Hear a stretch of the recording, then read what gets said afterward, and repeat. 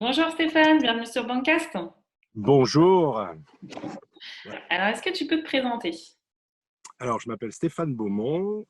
Ça fait maintenant un peu plus de 25 ans que je travaille dans le secteur informatique. Et également, ça fait une dizaine d'années que je suis l'ambassadeur d'une ONG en France qui s'appelle Movember, qui est un petit peu connue puisqu'elle lutte contre les cancers masculins. Top.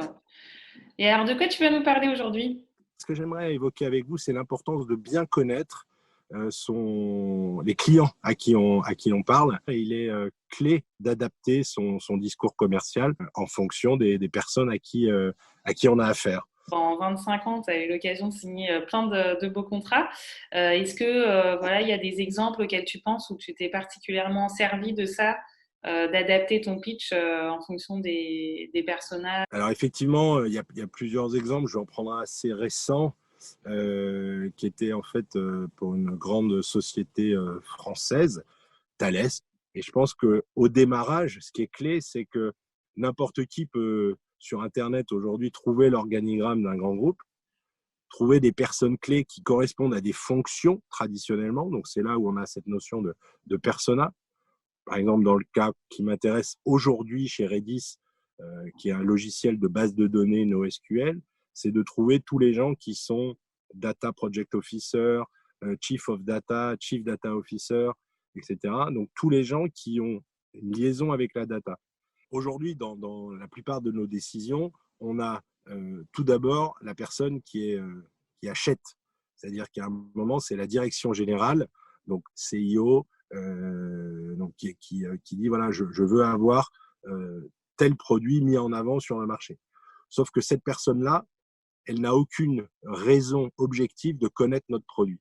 Donc, il est important quand même d'aller expliquer, de faire que le nom commence à être connu au niveau des instances dirigeantes pour qu'il y ait une certaine influence des deux personas les plus importants, qui sont d'un côté les développeurs, c'est-à-dire, on va dire, Chief Digital Officer, Chief Data Officer, les gens qui vont mettre en musique les besoins business au niveau technique. Et après, le troisième personne, c'est vraiment la gestion et l'infrastructure de production. Donc là, on est sur les CIO, sur les système engineers, sur les architectes système, qui vont être les mains dans le cambouis pour faire que les applications qui ont été développées tournent et soient optimisées à moindre coût pour les produits, quels qu'ils soient, ceux de la banque. D'accord. Et quelque part, donc ils font partie de la même entreprise, mais c'est pas tout à fait le même discours. Tu adaptes en fait ton Ah, discours bien en sûr, fonction de chaque problématique parce qu'ils n'ont pas exactement les mêmes problématiques. Ça, tu peux nous en dire un petit peu plus? bien sûr. Quand on parle à un directeur général ou à un responsable marketing, product développement, le fait que nos modules de base de données soient compatibles avec telle ou telle architecture, quelque part, ça lui passe à 50 km au-dessus de la tête. Donc, on a un discours d'un côté business avec facilité et retour sur investissement rapide, compréhension des besoins techniques, parce que c'est important que la direction générale ou que les directions produits sachent que quand ils vont se retourner vers la production informatique, on ne va pas leur dire non, non, c'est pas ça qu'il faut utiliser. Donc, il y a ce côté rassurant, ce côté on a compris vos problématiques et on a un discours business dans un premier temps. Après, il y a un discours très technique, et là, c'est pas moi qui le tiens parce que on a des équipes pour ça qui sont extrêmement douées.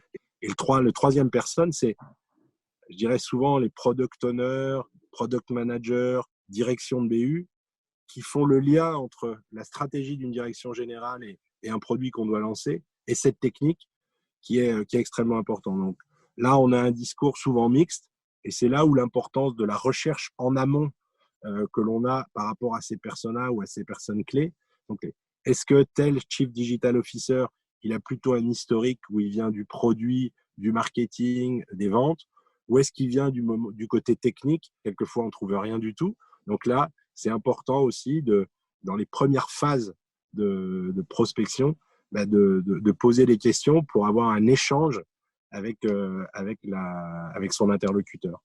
C'est toute la difficulté du rôle de commercial, je dirais. Mm. Oui, sans commencer à déballer tout l'argumentaire. Déjà, un conseil à donner, c'est avant d'ouvrir la bouche, enfin, c'est de dire bonjour, de trouver un point d'accroche pour engager un dialogue qui ne soit pas forcément tout de suite sur mon produit, mon produit, mon produit. Donc, c'est très intéressant d'apporter une valeur ajoutée aux différents personas. Si moi, en tant qu'éditeur de base de données, je ne donne pas cette clé aux 3 personas différents, peut-être que l'un part sur une solution A, le deuxième sur une solution B, le troisième, si je n'ai parlé qu'à lui, dit « Ah non, mais ça devrait être Redis ».